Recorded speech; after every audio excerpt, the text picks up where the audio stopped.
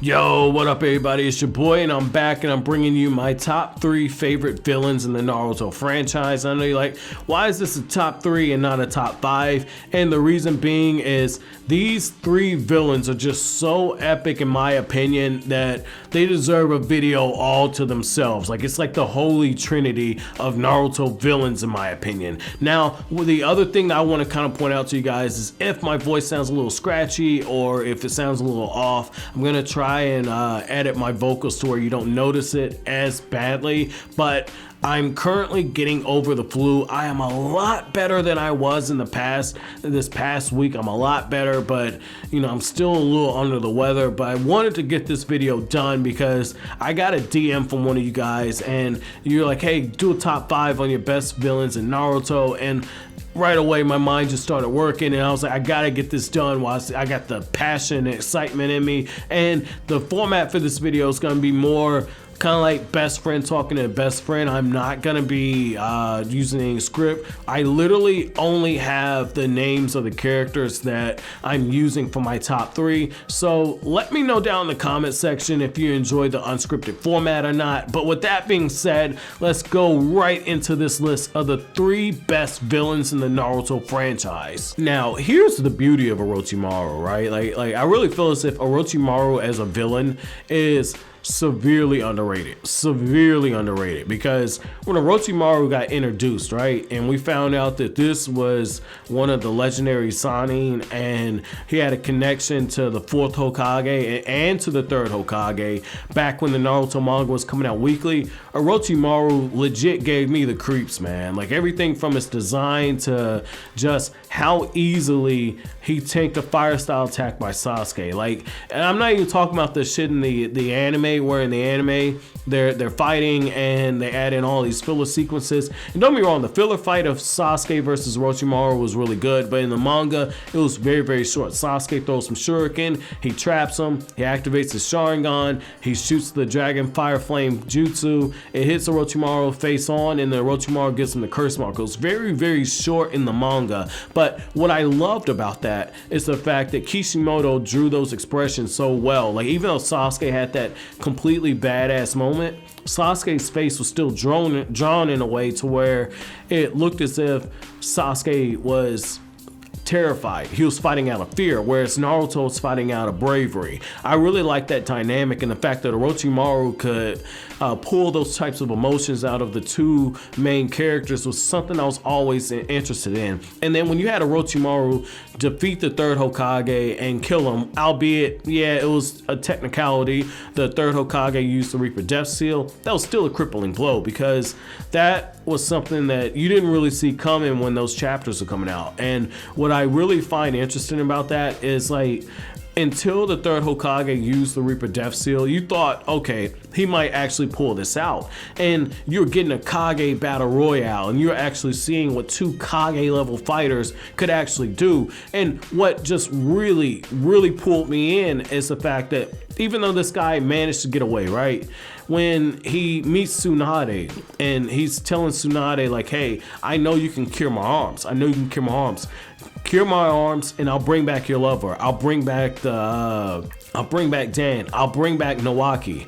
And you see Tsunade being tempted, and it's just like, what the hell is going on here? She's supposed to be the next Hokage, and Orochimaru's actually tempting her.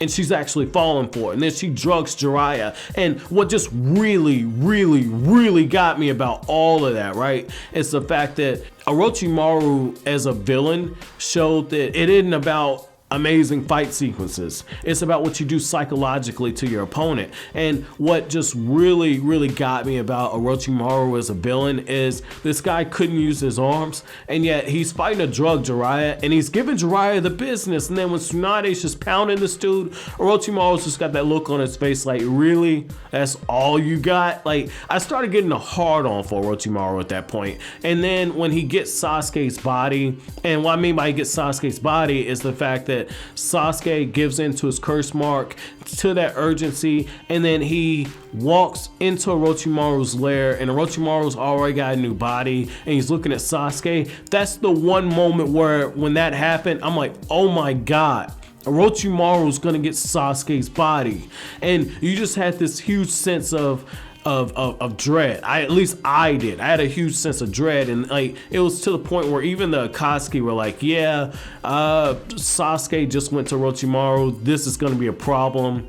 We need to do something about this, but we need to get the Biju first." And they're saying they're gonna begin their hunt, and they're gonna put their plan into action. And it's just like the fact that the Akatsuki even brought them up at the end of volume 28, or not the end of volume 28, in the middle of volume 28, that in itself was so huge. And what I really loved about that part is the fact that you got this ticking clock where you're like, Naruto has 3 years to get Sasuke back from Orochimaru, and it just felt like Orochimaru was going to be the end of series villain at that point. And then when Sasuke finished him off, you're going, oh shoot, yeah, Sasuke, he got revenge, he's going back to Leaf Village.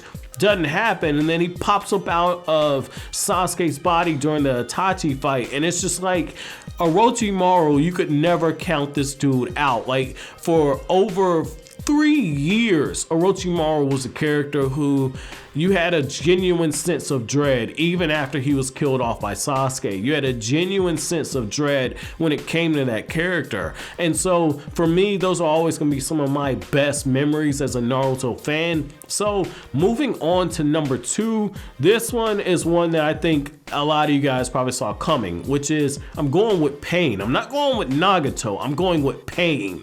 And the reason why I got to go with Pain at number 2 is when it comes to Pain, from his design to the fact that for a very long time, he was supposed to be the leader of the Akatsuki, and all the build up towards him. Like I remember there were a bunch of theories going on saying that, and this one's probably gonna make some of you guys scratch your head, but you know, back in the day, like 2007, 8, 9, a lot of people were thinking that Pain was actually Minato. They thought that Pain was the 4th Hokage, and part of the reason for that is like when you look at it, you know, people are saying, well, you know, the 4th Hokage sealed the demon fox into Naruto, and therefore he joined the Akatsuki. It had major holes in it. It never really sat right with me, but a lot of people felt as if he was the 4th Hokage, or he was the 4th Hokage's other son. And what I really loved about Pain was the fact that we had seen all these Akatsuki members, and they all have their crazy powers and all that. But when Pain just shows up and he manhandles Jiraiya, man, when I tell you that messed me up, Pain messed me up, man. Because Jiraiya is one of my favorite characters.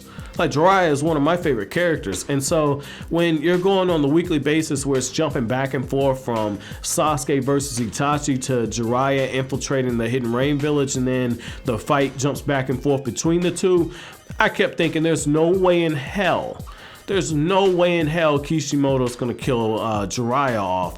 And you find out that it isn't just Pain, but there's 6 other people who got the Rinnegan. And at the time, you didn't have all the information. You just knew that it was Pain and 6 other people who had the Rinnegan. And you're going, how the hell is this happening?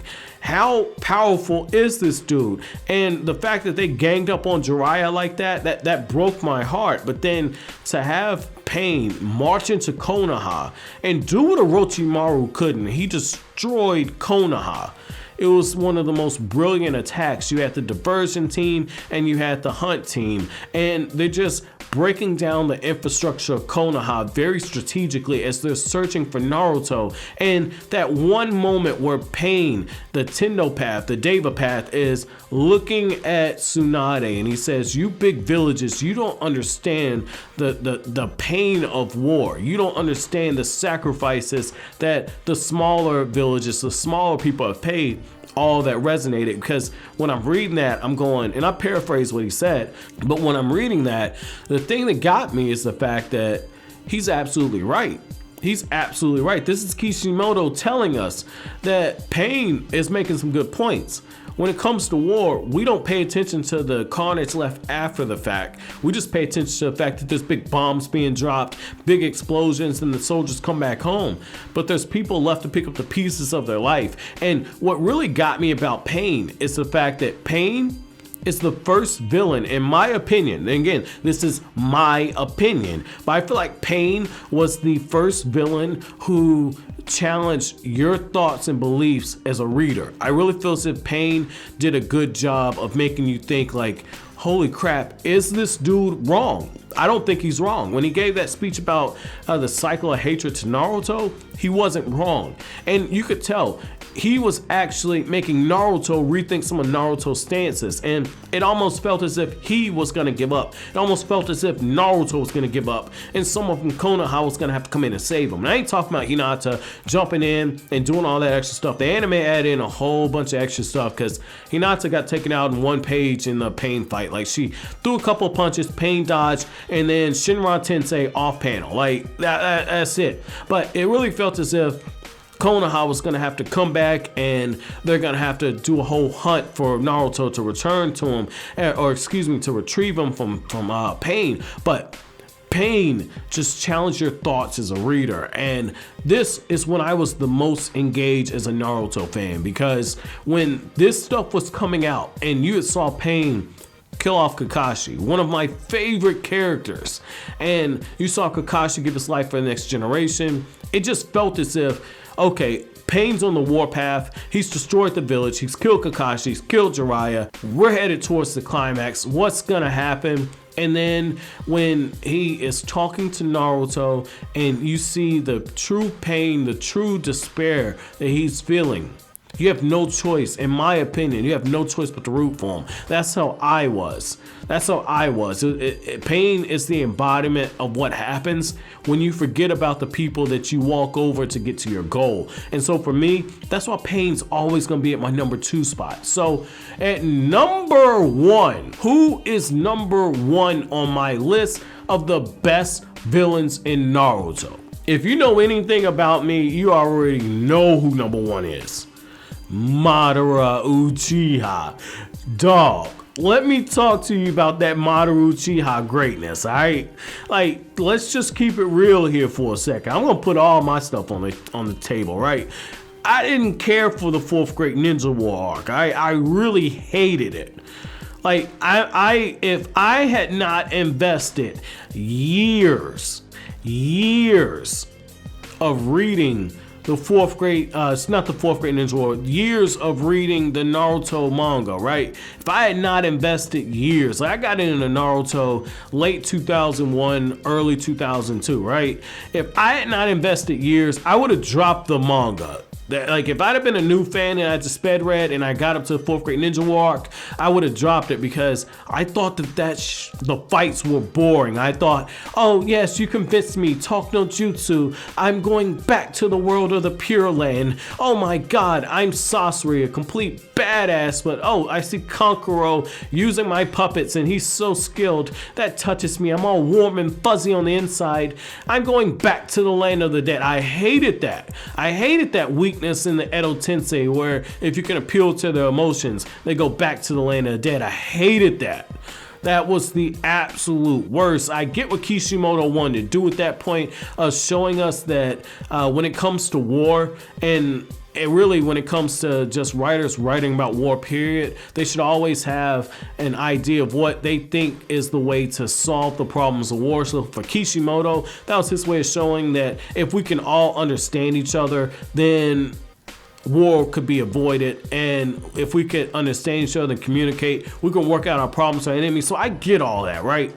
But then you had that Madara Uchiha greatness show up. You had that Madara Uchiha greatness show up where all of a sudden he gets reanimated, right?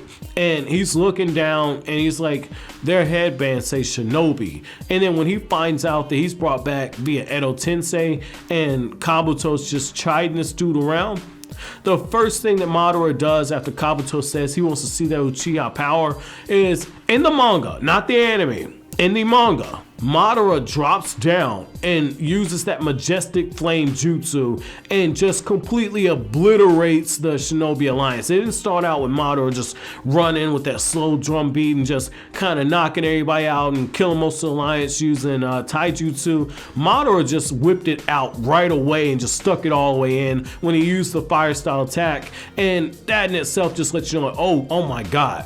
This dude is serious. And then he proceeds to just run through the alliance. And then when Naruto has that huge barrage, because Madara's using the wood style attack, you're thinking, okay, I kind of see what's going on here, right? But then every layer, like Madara just kept getting stronger and stronger and stronger. And I'm gonna keep it real with you. Madara just had a bunch of Chad moments for me, right? And usually that's not stuff that I kind of fall for, right? Like, don't get me wrong, like I love as much of a savage beatdown as a lot of you guys, but like it's just like you kept saying, what the hell is Madara gonna do next? Like, Madara had so many badass moments that I legit, from like 2012 to early 2014, I was rooting for Madara to win. Like, there was a time where I used to joke, I used to get on the forums and everything, and I used to say, we need to rename this stuff, rename the Naruto series Madara, because Madara just came in and owned this shit. Like, when this dude's dropping a meteor down on the alliance, blew my mind. When Inoki goes up to try and stop it and he drops another one, holy crap, dude. When this dude goes into perfect Susanoo and he splits the mountain range, you're like wait a second, how the hell are the Kage supposed to fight this dude? And then this dude fights the 5 Kage very easily, finesses them. And then when the Kage say, well, you know, it's 5-on-1, and Madara's like, hold up. That ain't fair. That ain't fair at all. You guys are fighting 5-on-1. Let me show you what it's like. And this dude proceeds to make wood clones, and then they proceed to just body the 5 Kage. Like, what? And what's even crazier, right? When Madara gets revealed to be the one who's warping Obito's head and twisting him, man, when I tell you Madara, woo, I could have jumped through the manga and kissed this dude, man, and I ain't even gay like that. like Madara, man, that's that greatness right there. Like, oh my god. And like the other thing, when this dude reverses the Edo Tensei, when Itachi's just like, yeah, I'm gonna make Kabuto do the seals, undo the jutsu. We're gonna end this war. Madara's like, wait a second, I ain't done playing yet. Are you serious? This dude, he tells the Kage, he says, yeah, see, this is the problem with forbidden ninjutsu. You need to be very careful because I know the reversal. And he proceeds to undo the Edo Tensei. He undoes it. And then he lays the smackdown on the Kage. And then when he meets Naruto, he says, like, yeah, those Kage, I don't think they're doing okay. And you get this panel where Tsunade, like, she's bloody. All the Kage are bloodied. But then when you see that he split Tsunade in half with a tree. It's just like, not only did Tsunade get the splinter from hell, but he split her in half with a tree using the jutsu of her grandfather. Madara was on some savage stuff, yo. And then when Obito became the Jinchuriki of the Ten Tails, you're thinking like, oh, okay. What's Madara gonna do next? Like, now let's not even mention the fact that, you know, he took the I think he took the Hiradora from Mike Guy, and he just got up and was sitting on the rubble, scratching his cheek and looking on like, oh yeah, well, time to put the plan into effect. Like, just casually took it, right? But then when you think that Obito's gonna betray Madara's like, gotcha, bitch. And that's when the craziest stuff happens, right? The craziest thing happens. Madara takes over Obito's body, forces Obito to bring this dude to life, and then Madara blind, proceeds to just lay the whipping on all of the tail beasts, man. Like, he's like, it's time for me to put the collar on you guys. And he extracts all of the tail beasts. He seals them away. He extracts it from Naruto. He extracts it from Killer Bee. And he does what Obito couldn't do over several years. He does it in a few panels. Dog. When I tell you it's that Madara greatness, man, and the fact that He actually succeeded in the infinite Tsukiyomi. You got a villain who accomplished his goal. The one thing this war was meant to prevent, Madara pulls it off. And it got to the point where I think it was at Jump Fiesta like in 2013 that Kishimoto was just like, yeah, all characters have weaknesses, but Madara doesn't have any. I'm talking to my editor to figure out what I need to do next because the story can't progress until Madara is defeated. Like Kishimoto flat out stated, man, like that pissed me off when that came out. That's not a fake quote. That actually got said. I remember when that came out. That pissed me off. That Kishimoto said the story cannot progress to what I have planned for the ending until Madara's defeated, because it's just like you just made this dude too powerful, and I loved it. I loved it, yo. I absolutely loved it. So it was, and I just want to close out by saying this, right? When Black Zetsu betrays Madara, when he penetrates Madara from behind, I hated it. I hated it because it's just like Madara had so much greatness. Like you can't tease us with this guy saying, I'm finally about to get serious. And you're just like, wait a second. This guy was fighting 8th Gate guy and he wasn't serious. And he's saying, now I'm about to get serious. And then you take this dude out. Like Kishimoto, you cannot do that to us. You cannot do that. But he did it to us. But I was saying you can't do it though. Like, yo, man, Madara will forever, right? If you can't tell, right? If you can't tell, Madara will forever have a soft spot in my heart, man. So let me know who your top 3 villains in Naruto are and why. But another thing, if you guys want more of these unscripted videos, let me know and I'll try to get more of these done like this. You know, I prefer doing these instead of just kind of reading from the script and everything because I have more fun, because it's me talking to you like best friend and best friend. But as always, guys, if you like anything I had to say, don't forget to comment, rate, subscribe, share. Thank you so much for watching all the way until the end of the video, guys. Have an incredible day.